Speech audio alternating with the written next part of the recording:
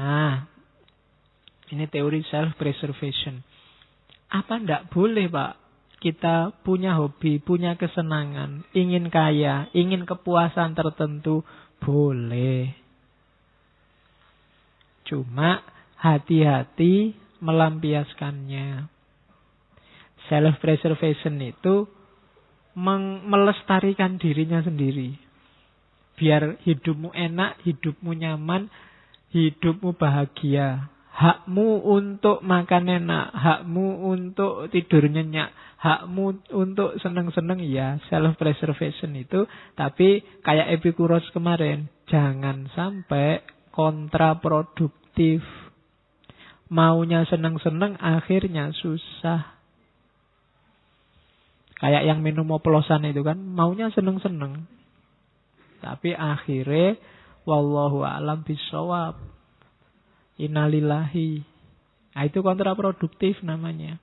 Ya seneng sama game ndak apa-apa, seneng sama internet ndak apa-apa, seneng sama WA ndak apa-apa, tapi penuhilah secukupnya. Dalam rangka apa? Self-preservation. Self-preservation itu melestarikan dirimu biar nggak cepat punah. Loh ya, kalau kamu punah itu kan secara eksistensial maupun secara esensial. Kamu main game terus sekarang, ya mungkin masih hidup, tapi waktumu habis sia-sia. Temanmu sudah ngapain, kamu masih ngapain. Oke, jadi self-preservation. Jaga dirimu, lestarikan dirimu. Kalau ada yang kamu senengi, ya puaskan secukupnya. Kalau ada yang kamu takuti, ya kendalikan secukupnya dan seterusnya. Biar kamu tetap lestari jadi manusia. Kalau enggak, ya dirimu bisa punah nanti. Kamu yang sejati enggak keluar. Yang keluar kamu yang iseng, kamu yang seneng-seneng, kamu yang bukan aslinya. Karena kamu enggak memberikan sepenuhnya. Suka lihat TV ya enggak apa-apa, ini sekedarnya saja. Jangan pulang dari kampus di depan TV sampai malam cekelani remote. Enggak pindah-pindah. Acaranya enggak enak semua ya enggak apa-apa, ganti channel. Oke, itu enggak self-preservation namanya. Terus, jadi ini ya, ini pikiran-pikirannya diawali dari Zeno. Nanti kita lihat gagasan-gagasan tokoh-tokoh utamanya satu-satu. Ya, ini katanya Marcus lagi. He who lives in harmony with himself lives in harmony with the universe. Ia yang hidup harmonis dengan dirinya sendiri akan hidup harmonis dengan alam semesta. Kalau kamu sama dirimu sendiri nggak harmonis, ya kamu nggak mungkin harmonis dengan alam. Kamu sama dirimu sendiri nggak damai. Nggak damai itu bisa pikiran sama perbuatanmu beda. Bisa antar pikiran kamu nggak jelas antara ya dan tidak. Itu namanya nggak harmonis. Pingin mutusin apa tapi nggak bisa. Pingin A tapi yang terjadi B, itu nggak harmonis sudah. Kalau dalam dirimu sendiri perang terus, oh ya sudah, kamu tidak akan bisa harmonis dengan alam semesta. Maka harmonislah. Apalagi sama orang lain, sama dirimu sendiri kamu gegeran terus. Gimana sih aku ini, bikin malu aja. Gimana sih aku ini, kan sering gitu kan. Kok bodoh banget ya aku ini tadi. Nah itu kamu sama dirimu sendiri aja gegeran. Apalagi sama orang lain.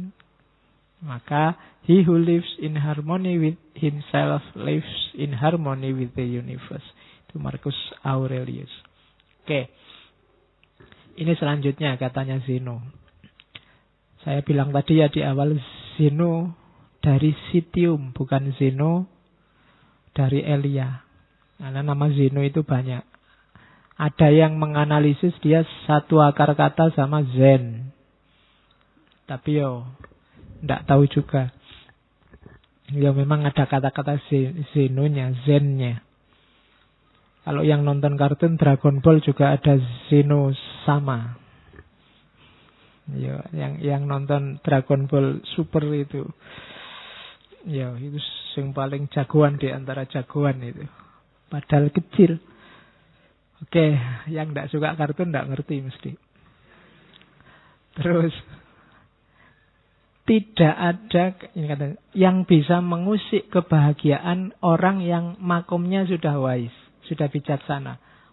Orang bijaksana itu tidak bisa sumpek. Kenapa? Tidak ada yang bisa mempengaruhi dia.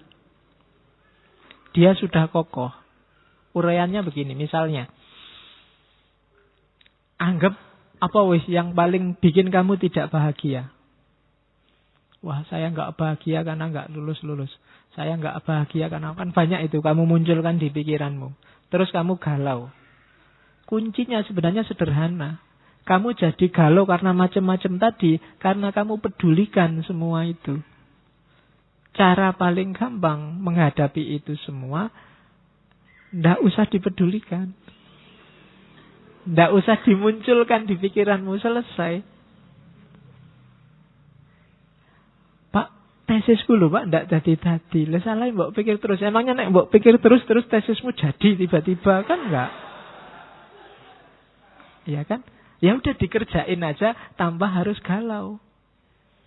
Wah ya memang satu-satunya jalan dikerjain.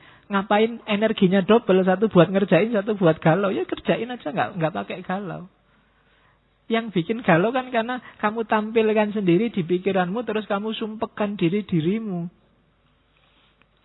Kamu sumpekkan sendiri dirimu. Itu yang kuncinya sehingga kamu sumpek hidupmu. Wah ini ndak bisa Pak. Saya mikir nggak ketemu jawabannya. Ya sudah, kalau nggak ketemu ngapain dipikir terus? Wong ndak bisa ketemu jawabannya. Ya sudah, kalau bahasa fikihnya mauquf aja. Kalau ada masalah mauquf, ndak bisa dijawab, selesai. Nggak usah dipikir terus. Wong dipikir jelas-jelas kamu ndak bisa jawab kok. Biarin aja. Nah, jadi kuncinya apa? Biar kamu nggak sumpek, nggak usah dibikin sumpek. Kalau nggak bisa dikerjain, ya nggak usah dikerjain. Kalau bisa, ya kerjain semampumu. Kan cuma itu dok rumusnya. Jadi orang yang bijaksana itu nggak bisa sumpek. Makanya kalau diilustrasikan film-film itu bagian tokoh yang bijaksana kan mesti senyum terus. Nggak pernah merengut karena nggak ada yang bikin dia sumpek. Nggak bisa ya sudah, memang nggak bisa. Oke.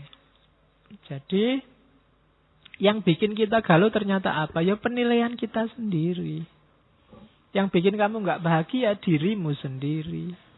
Cuma itu. Jadi tidak ada yang bisa mengusik kebahagiaan orang yang bijaksana. Orang bijaksana biasanya stabil, tenang, tidak gampang terpengaruh.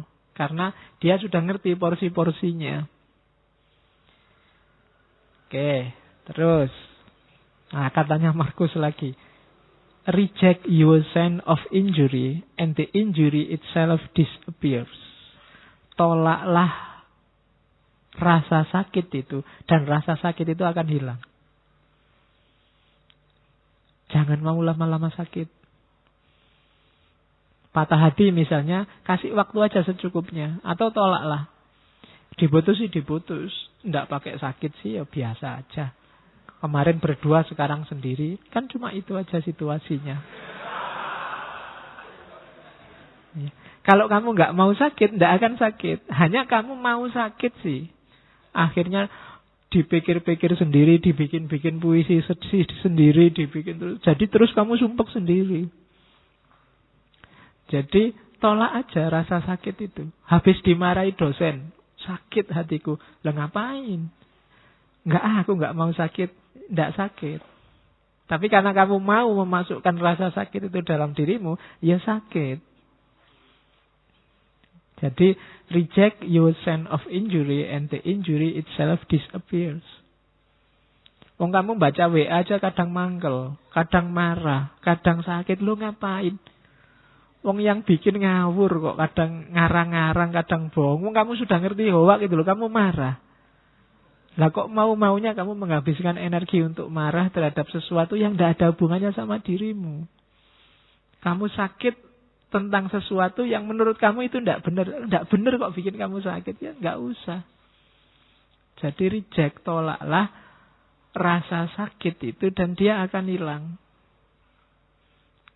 Itu yang katanya Marcus Aurelius. Jadi jangan mau sakit, jangan mau galau. Kuncinya lagi-lagi ternyata di pikiran. Kamu sendiri yang mendramatisir. Sehingga kasus biasa-biasa kayak film India. Jadi kamu terus nangis, padahal ya biasa aja. Ya kayak kapan tadi apa ya, saya dapat WA yang anak kecil ayamnya mati terus dia nangis itu. Itu kan ayam mati biasa. Tapi ya karena anak kecil nangis. Kalau kamu ikut nangis juga, itu baru bahaya. Jadi yang kayak gitu kamu nggak bisa menolak. Ada banyak hal yang sudahlah. Itu tidak penting. Oke. Terus. Dan itu nanti hubungannya dengan kontrol kita atas keinginan. Manusia itu memang fitrahnya dia bahagia kalau keinginannya tercapai. Berarti kunci kebahagiaanmu ada di keinginan. Maka pinter-pinterlah menegaskan keinginan. Begitu kamu keliru, kamu sedang bunuh diri. Bikin keinginan, rancang keinginan yang dalam kontrolmu. Kayak tadi. Bukan sesuatu yang di luar jangkauanmu. Jadi, karena kalau kamu menginginkan sesuatu yang di luar jangkauanmu, hasilnya pasti kecewa. Jangan menginginkan sesuatu yang di luar jangkauanmu. Wong kamu sudah jelas sekarang semester 14 sudah mau kena DO. Saya cita-citanya cum laude, Pak, tercepat terbaik. Wis ora iso jelas itu. Daripada kamu stres mending sudah yang penting lulus. Ya, jadi jangan menginginkan sesuatu yang di luar jangkauanmu. Nanti lihat artis di TV kamu jatuh cinta. Pokoknya aku harus dapat dia. Ya, tidak mungkin, jauh. Wong artis itu, kamu siapa? Kan begitu. Nanti daripada kamu stres, tidak karuan juntrungannya loh. Ya cukup kamu beli kaca aja, lihat di kamar. Oke, jadi jangan menginginkan yang di luar jangkauan. Ukur kekuatanmu. Terus, karena kamu bisa kecewa kalau salah menetapkan keinginan. Saya, Pak, mulai sekarang ingin tiap malam sholat tahajud. Mulai jam 1 sampai subuh. Nggak putus-putus. Wis kecewa mesti kamu nanti. Ya. Kenapa? Mungkin di luar jangkauanmu, wong kamu sholat subuh, ayo. Iya. Jadi inginkan yang dalam jangkauanmu. Itu penting bagi yang tidak ingin stres. Oke. Karena itu, kalau tiba-tiba terbersit apapun yang menurutmu itu di luar jangkauanmu, kalimatnya Stoa apa? You are nothing in relation to me. Kamu tidak ada hubungannya sama aku. Jadi jauh-jauh. Jalan-jalan di mall, lihat orang belanja baju banyak sekali, harganya ratusan ribu. Kamu mau beli kaos 40 ribu aja diwolak-walik. Nah, lihat orang itu, tidak ada hubungannya sama aku. Kita beda dunia. Nggak usah membayang-bayangkan, menginginkan yang kayak yang kamu lihat. Nanti kamu malah stres sendiri. Jadi kamu harus punya senjata ini tadi. You are nothing in relation to me. Ada cowok cewek pacaran, cakep. Cowoknya cakep, ceweknya cakep. Kamu nonton. Kamu jomblo sudah bertahun-tahun. Biar nggak galau apa? You are nothing in relation to me. Kamu nggak ada hubungannya sama aku. Kita dunianya beda. Nah, lo itu lebih simpel. Lah daripada kamu stres, kamu mangkel marah, malah menghabiskan energi kayak tadi untuk yang sia-sia. Biarin aja lah. Mereka punya dunia sendiri, aku punya dunia sendiri. Aku cukup nonton TV sendirian. Di kamar sendirian, makan sendiri, masak sendiri. Oke. Yo bikinlah nanti narasi-narasi untuk lebih baik sendiri. Lebih merdeka sendiri. Sudah apa-apa lah untuk menghibur diri. Jadi inginkan yang bisa kamu kontrol. Untuk yang tidak bisa kamu kontrol, kok tiba-tiba kamu berhasrat, katakan, you are nothing in relation to me. Kamu tidak nyambung lagi, kita frekuensinya beda. Nah gitu aja kan. Lebih nyaman, lebih enak daripada kamu stres. Ada orang dinasehati, baik-baik nggak manut. Oh ya sudah, you are nothing in relation to me. Kita beda jalur. Kan gitu. Kamu kan sering begitu. Ada orang pikirannya beda sama kamu, terus kamu marah-marahin, dia juga marah-marahin kamu. Yang frekuensinya beda, dia apa-apain ya nggak nyambung. Tinggal kamu putus saja ya, kita frekuensinya beda. You are nothing in relation to me. Kita beda dunia. Nah, jadi itu caranya untuk bahagia. Kontrol keinginan. Dari situlah nanti kamu ketemu kebebasan. Kalau ada yang tanya bebas itu apa? Bebas itu inginkan yang berada dalam kontrolmu. Jangan inginkan sesuatu yang berada dalam kontrol orang lain. Kalau cita-citamu menginginkan sesuatu yang jadi milik atau dikontrol orang lain, maka saat itu juga kamu jadi budak. Budaknya siapa? Budaknya orang lain yang mengontrol keinginanmu tadi. Kalau cita-citamu misalnya jadi PNS, dan menurutmu di luar kontrolmu, maka kamu akan jadi budak orang yang mengontrol penerimaan PNS. Kalau cita-citamu ndak jomblo lagi, punya pasangan, padahal di luar kontrolmu, kamu akan dikontrol orang yang bisa ngasih kamu pasangan atau menjanjikanmu jadi pasangannya. Ya kan? Kalau cita-citamu harta, padahal itu belum waktunya dan di luar kontrolmu, maka kamu akan jadi budak orang yang bisa memberikanmu harta. Namanya jadi nggak bebas. Maka kalau kamu ingin bebas yang sejati, inginkan yang hanya dalam kontrolmu saja. Yang di luar kontrolmu nggak usah diinginkan. Jangankan di luar kontrolnya orang lain, di luar kontrolnya Allah pun jangan tagih-tagih ya Allah, kok dulu aku anaknya orang desa, mbok aku anaknya presiden, apa anaknya menteri. Ya kalau kamu yang diinginkan itu, kamu jadi tidak bebas. Kebebasan itu inginkan yang dalam kontrolmu. Jangan nagih sesuatu yang di luar kekuasaanmu.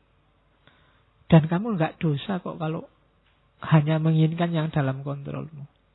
Tidak apa-apa, kekuasaanmu cuma itu. Agama kan mengajarkan begitu. Kalau kamu sholat, tidak kuat berdiri, ya duduk. Tidak usah iri dengan orang yang bisa berdiri. Yang berdiri juga begitu. Jangan iri, enak ya itu sholatnya duduk. Kalau ingin sholat duduk, sakit dulu.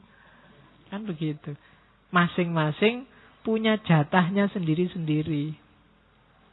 Ya mungkin jatahmu sekarang masih jomblo, yang lain jatahnya sudah punya pasangan, itu biasa.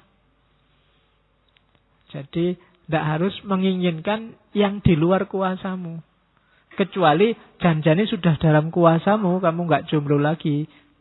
Tapi kamu milih jomblo, wah itu rasa dhewe nanti. Iya, kamu akan galau mesti. Harusnya kamu ambil, tidak kamu ambil. Jadi bebas yang sejati itu apa? Bebas yang sejati itu menginginkan yang dalam kontrolmu. Bukan yang di luar kontrol. Mari kita demo biar Donald Trump gak jadi presiden Amerika lagi. Kejauhan. Hasilnya mesti stres.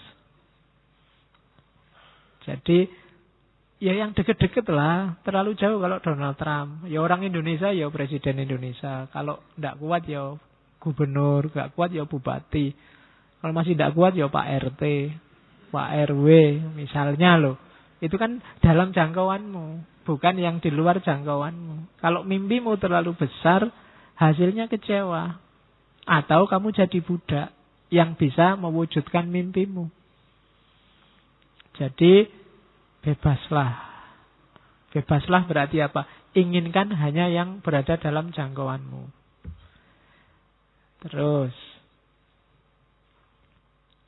yang kedua, lanjutannya kebebasan. Kenapa sih ada yang tidak terjangkau?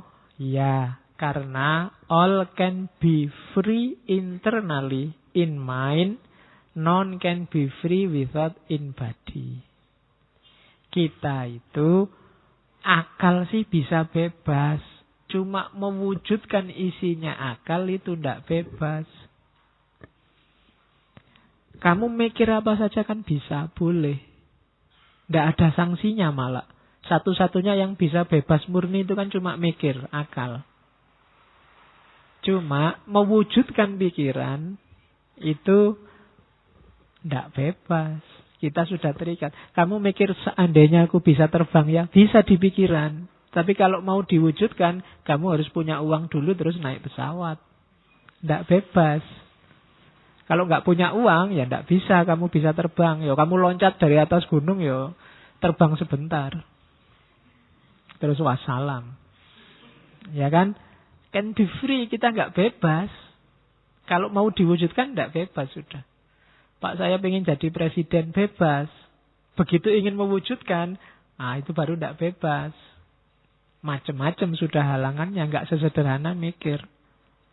Makanya dulu pernah saya bilang, kebebasan yang sejati bisa dalam pikiran. Dalam hidup sehari-hari, halangannya banyak. Macam-macam, in body. Mungkin kamu sumuk, pinginnya segera kayak gini, pingin nyopot baju, terus kipas-kipas. Senang ini sudah. Tapi kan begitu banyak orang di sini kan kamu nggak bisa. Kalau kamu nyopot baju di sini, yang lain mesti bubar baunya. Lo kan nggak bebas kan kamu nyopot baju akhirnya. Kenapa? Ada yang lain. Tapi di pikiran tadi kamu bebas. Menginginkan itu kan dalam pikiran. Bebas, kamu bisa. Kalau sekedar menginginkan bisa apa saja. Tapi kalau kamu tidak hati-hati, ketika keinginan ini kamu wujudkan, kamu akan dicegat oleh banyak sekali halangan. In body, realitas sehari-hari. Jadi rumusnya di situ. Itulah kenapa biar kamu nggak kecewa, aturlah keinginanmu. Biar nggak terlalu banyak kecewa. Jadi cita-citamu apa sih? Keinginanmu apa sih? Sesuaikan dengan kondisimu.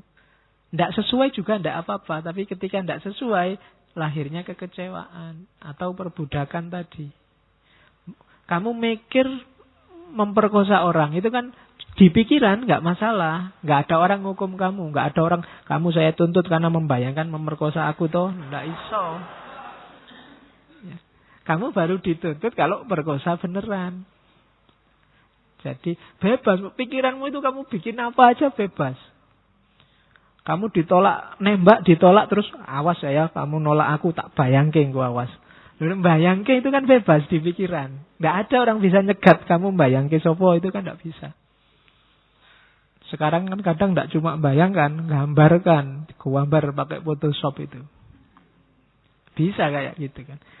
Cuma ketika sudah masuk Photoshop, itu sudah halangannya banyak. In body, kamu bisa dipenjara kalau gambar aneh-aneh. Itu sudah in body. Kalau in mind, bebas. Murni masih ada di pikiran, itu bebas. Tidak ada orang dituntut, tidak ada orang dimarahi.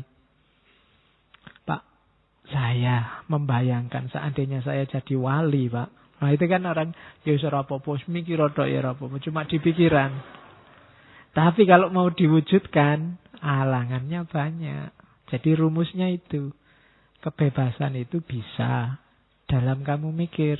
Tapi begitu mewujudkan bebas, kamu akan ketemu banyak sekali halangan-halangan. Karena hidup ini coraknya katanya Stoik tadi fatalistik.